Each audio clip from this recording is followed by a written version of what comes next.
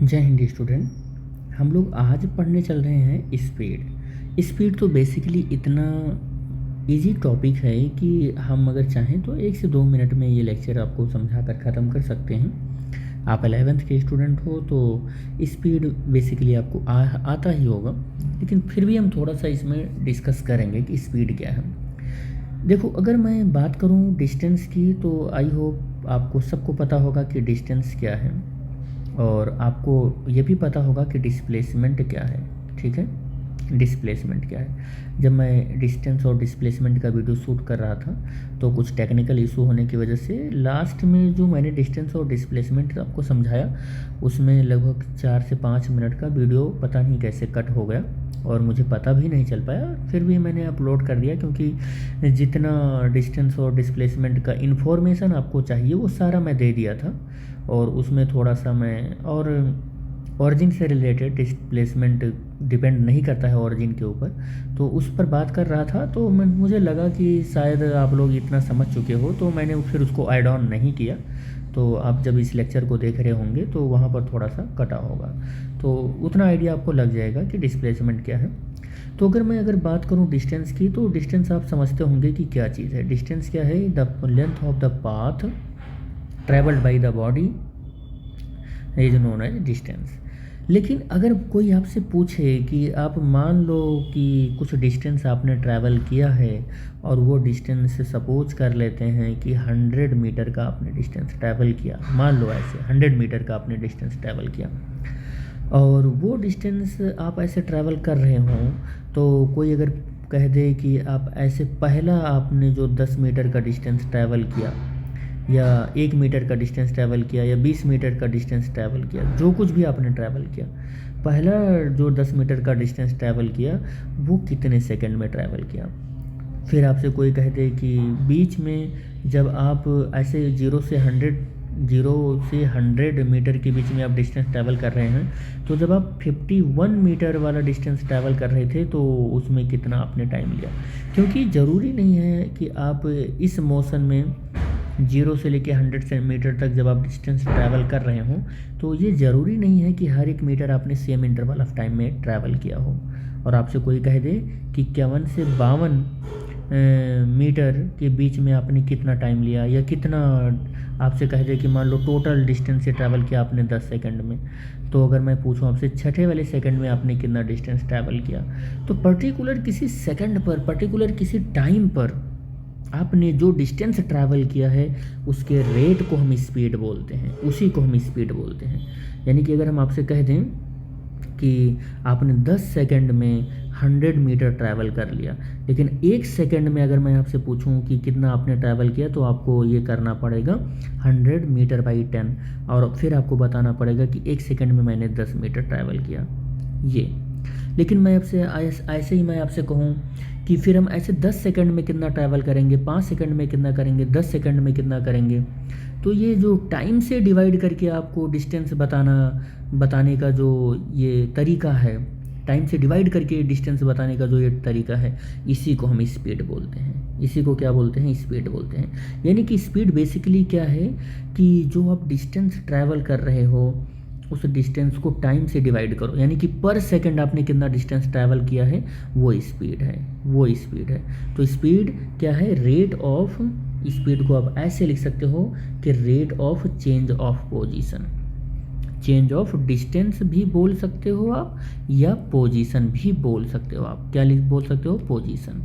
तो आप ऐसा भी लिख सकते हो कि rate of change of distance और position of an object, of an object. आप इसको क्या बोल सकते हो कि ये आपका स्पीड है। ये क्या है? स्पीड है। तो कभी भी आपको स्पीड अगर बात करनी हो कि स्पीड क्या है, तो rate of change of position of an object is speed.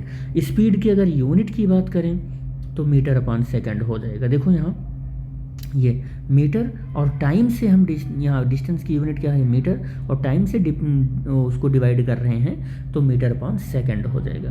अगर मैं पूछूं कि ये स्केलर है कि वेक्टर, तो टाइम भी स्केलर क्वांटिटी होता है, डिस्टेंस भी स्केलर क्वांटिटी होता है, तो your answer is scalar quantity है ये। ठीक है, कैसी क्वांटिटी है ये?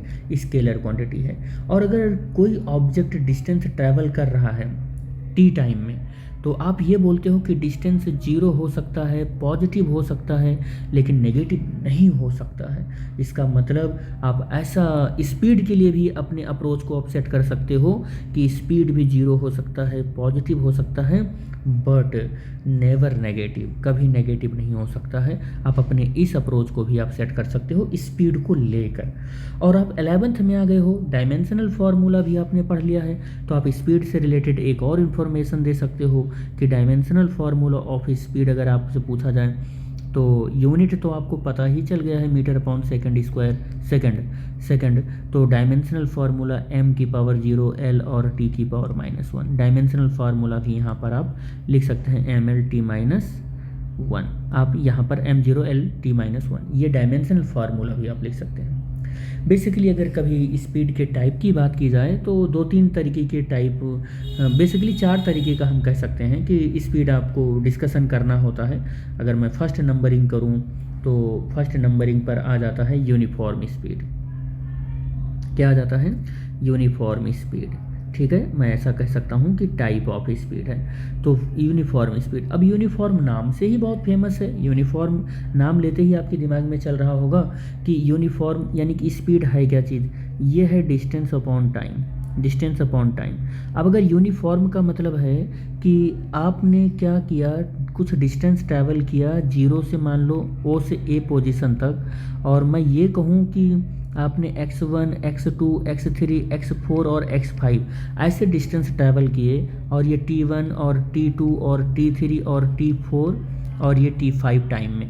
तो अगर यूनिफॉर्म वर्ड आ गया तो इसका मतलब आपके दिमाग में चलना चाहिए कि हर एक डिस्टेंस चाहे जो भी हो, x1, x2, x3 और x4 और x5, ये सारे के सारे डिस्टेंस सेम हैं और ये टाइम भी फिर सेम हुआ होगा, क्योंकि यूनिफॉर्म वर्ड के रेफरेंस में हम इसको एक्सप्लेन कर रहे हैं।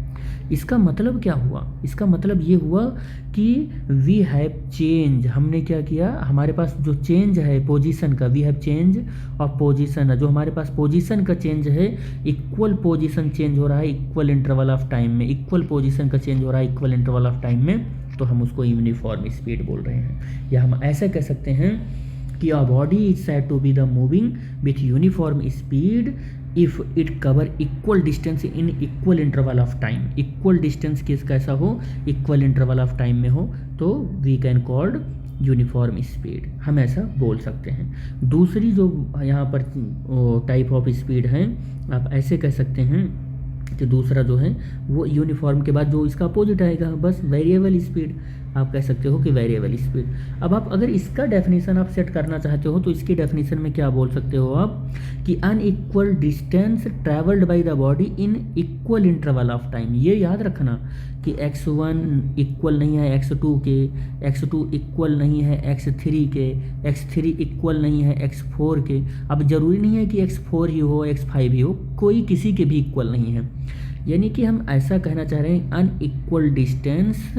Unequal distance travelled by the body in equal interval of time. ये हमेशा याद रखना, t1, t2 और t3 और t4 t.t5 जितने भी टाइम हैं, अनइक्वल डिस्टेंस होना चाहिए इक्वल इंटरवल ऑफ टाइम में, तो हम उसे वेरिएबल स्पीड बोलते हैं। क्या बोलते हैं उसको?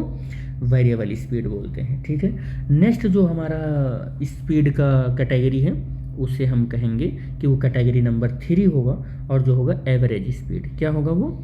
Average speed. ठीक है, अब देखो अगर एवरेज स्पीड की बात करें तो ये कह सकते हैं मोस्ट प्रैक्टिकल स्पीड है, ये बहुत ही ज़्यादा ये प्रैक्टिकल स्पीड है। आप इसको प्रैक्टिकल स्पीड क्यों बोल रहे हैं, मैं आपको एक लॉजिक देता हूँ, उस लॉजिक से आपको समझ में आएगा कि मैं इसको प्रैक्टिकल स्पीड क्यों बोल रहा हूँ। मोस्ट प्रैक्टिकल स्पीड, यहाँ मैं लिखना भूल गया, प्रैक्टिकल स्पीड। ठीक, जैसे आप क्या करते हो कि अपने घर से निकलते हो, ये आपका घर है, ये आपका घर है, और ये आपका क्या है, स्कूल है। मान लो ये स्कूल है। स्कूल से घर निकलते हो तो साइकिल से होते हुए अपने साइकिल पर बैठकर अपने सड़क से होते हुए आते हो। तो आप ये देखते हो कि मान लो आपका स्कूल 8 बजे से 8 बजे है और घर से निकलते हो 7:30 पर। तो आप ये देखते हो कि 7:31, 32, 34 ऐसे जैसे टाइम पास होता है, आप डिस्टेंस का आप इंक्रीज करते चले जाते हो। और इसके साथ आप ये देखते हो कि आपके साइकिल की जो स्पीड है वो सेम नहीं होती है। हर एक इंटरवल ऑफ टाइम पर डिस्टेंस बदलता रहता है, हर एक इंटरवल ऑफ टाइम पर डिस्टेंस बदलता रहता है, हर एक इंटरवल ऑफ टाइम पर डिस्टेंस बदलता रहता है। कभी आप साइकिल को तेज़ चलाते हो, कभी आप साइकिल को स्लो चलाते हो। तो अगर साइकिल तेज़ चल रही है कहीं पर तो कम टाइम लगता है, ज़्यादा डिस्टेंस आप ट्रैवल कर लेते हो, और कहीं साइकिल स्लो चल रही है तो ज़्यादा टाइम लगता है और कम डिस्टेंस आप ट्रैवल कर लेते हो। लेकिन फाइनली आप घर से, अपने हाउस से और अपने स्कूल तक आप जब जाते हो तो टोटल डिस्टेंस आप देख लेते हो कि कितना है। क्या देख लेते हो आप? टोटल डिस्टेंस आप देख लेते हो, और यहाँ तक इस जर्नी में टोटल टाइम क्या लगा हुआ है। जब आप टोटल टाइम देख लेते हो तो आप उस वाली वैल्यू को क्या बोलते हो कि एवरेज स्पीड है ये। क्या है ये? एवरेज स्पीड है ये। इस एवरेज स्पीड का मतलब आई होप आप समझ गए होंगे। जैसे आप, क्या होता है कि मान लो दिल्ली से लखनऊ चले गए आप, तो आप लखनऊ गए हो दिल्ली से, तो बीच में रुकोगे भी, पानी पियोगे, कुछ भी करोगे, तो वो सारा टाइम अपनी जर्नी में ही ऐड कर लोगे और बोलोगे कि 12 आवर है और टोटल डिस्टेंस आप 600 किलोमीटर आप चले, तो आप सीधा ऐसे बोल दोगे कि 50 हमने जो चला है वो क्या हो जाएगा, 50 किलोमीटर पर आवर की स्पीड से चला है। आप ऐसे सीधा बोल देते हो, उसमें खाने पीने या इधर उधर के टाइम को आप रिड्यूस नहीं करते हो, अपनी जर्नी में ही ले लेते हो। तो ऐसे को हम एवरेज स्पीड बोलते हैं। बहुत प्रैक्टिकल स्पीड होता है ये। मतलब कह सकते हैं कि जो हम लोग डेली लाइफ में करते हैं वो यही वाली स्पीड होती है। ठीक है, यही स्पीड होती है। एक और स्पीड होती है जो बहुत ही, कह सकते हैं, कैलकुलेशन और फिजिक्स में बड़ा इंपॉर्टेंट रोल प्ले करता है, और इसका नाम है इंस्टेंटेनियस स्पीड। क्या नाम है इसका? Instantaneous speed. ठीक है, ये स्पीड है इंस्टेंटेनियस स्पीड। जैसे कभी इंस्टेंटेनियस स्पीड आपको बताना हुआ तो कैसे बताओगे? जैसे मान लो कि आप अपनी बाइक से कहीं जा रहे हो, और मान लो अपनी बाइक या कार से कहीं पर ऐसे जा रहे हो, कार है या मान लो, और कोई आपका फ्रेंड फ़ोन किया, और फ़ोन करने के बाद आपसे पूछता है कि आप मौके पर इस टाइम पर किस स्पीड से चल रहे हो। तुरंत आप स्पीडोमीटर में देखते हो और स्पीडोमीटर आपको दिखा रहा होता है कि 40 किलोमीटर पर आवर, या जो भी आपको दिखा रहा हो, मान लो 120 किलोमीटर पर आवर कोई स्पीड दिखा रही होगी, स्पीडोमीटर में देखकर आप बता देते हो। तो ये आपका कैसा स्पीड है? ये इंस्टेंटेनियस स्पीड है। कैसा स्पीड है? इंस्टेंटेनियस स्पीड है। लेकिन आप स्पीडोमीटर से बोलते हो ज़रा 5 मिनट पहले का बताओ कौन सी स्पीड से हम चल रहे थे, तो आपका स्पीडोमीटर बता नहीं पाता है कि किस स्पीड से आप 5 मिनट पहले चल रहे थे, या आप फ्यूचर में कौन 1-2 मिनट के बाद फ्यूचर में कौन सी स्पीड से चलने वाले हो, ये भी नहीं दिखा पाता है स्पीडोमीटर। इसका मतलब मैं क्या कहना चाह रहा हूँ कि एट एनी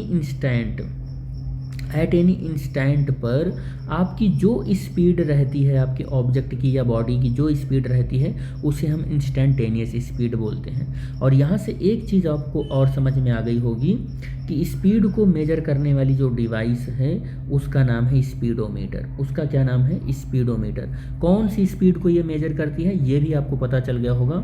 इंस्टेंटेनियस स्पीड को मेजर करती है, इंस्टेंटेनियस स्पीड को मेजर करती है ये। ठीक है, और आप एट एनी इंस्टेंट पर किसी स्पीड को मेजर कर रहे हो तो वो क्या है? आपका इंस्टेंटेनियस स्पीड होगा।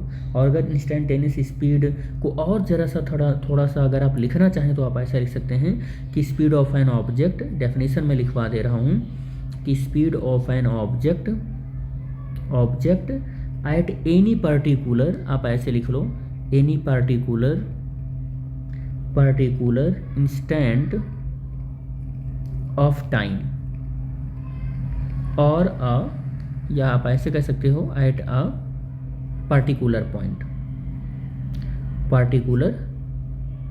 Point of its path is called instantaneous speed.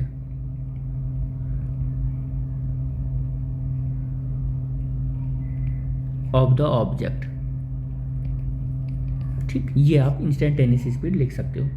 Instantaneous speed के से रिगार्डिंग अगर आपको फार्मूला लिखना हो तो आप लिख सकते हो कि इंस्टेंटेनियस जो स्पीड होता है, इंस्टेंटेनियस स्पीड जो होता है उसका फार्मूला होता है स्पीड इज इक्वल टू ये होता है, देखो लिमिट लगाओ, ये बहुत छोटे टाइम के लिए होता है तो हम अपनी लिमिट लेंगे, और लिमिट क्या लेंगे कि टाइम हमारा जो है बहुत छोटा होना चाहिए, और डेल एक्स अपॉन यानी कि बहुत small change in distance upon बहुत स्मॉल चेंज इन टाइम होगा। और इस वाली पूरी वैल्यू को हम लिखते हैं D x upon D T. इसको हम बोलते क्या हैं, इसको हम बोलते हैं हेयर, इसको बोलते हैं कि डी एक्स अपॉन जो डी टी है is the first order derivative of distance x. Distance x का फर्स्ट ऑर्डर ऑफ डेरिवेटिव है ये, ठीक है। और किसके रिस्पेक्ट में है ये भी बताना बहुत ज़रूरी होता है, क्योंकि ये एक डिफरेंशिएशन का फंक्शन है ये। तो आप बता देना कि with respect to time T. देखो यहाँ पर with respect to time T के रिस्पेक्ट में है ये, ठीक है। तो इतनी चीज़ें जो हमने आपको इस लेक्चर में डिस्कस की वो सब स्पीड से रिलेटेड थी बेटे, ठीक है। तो स्पीड बहुत ज़्यादा कह सकते हैं कि टफ टॉपिक नहीं है, बट मैंने इसको थोड़ा सा आपको अपने हिसाब से बताने की कोशिश की, इसलिए ये 15-16 मिनट का लेक्चर हो गया। अदरवाइज़ 2 से 3 मिनट में इसको लोग ख़त्म कर देते हैं। तो आई होप आपको समझ में आ रहा होगा मैं क्या कहना चाह रहा हूँ। तो बस इस लेक्चर में इतना ही, मिलेंगे नेक्स्ट लेक्चर में और कुछ स्पीड से रिलेटेड नई बातों को लेकर, जिसमें हम इम्पॉर्टेंट टेक्नोलॉजी की बात करेंगे, स्पेशल केस की बात करेंगे स्पीड से रिलेटेड। तो हम लोग नेक्स्ट लेक्चर में मुलाकात करेंगे। Thanks for watching the video. Thank you बेटा।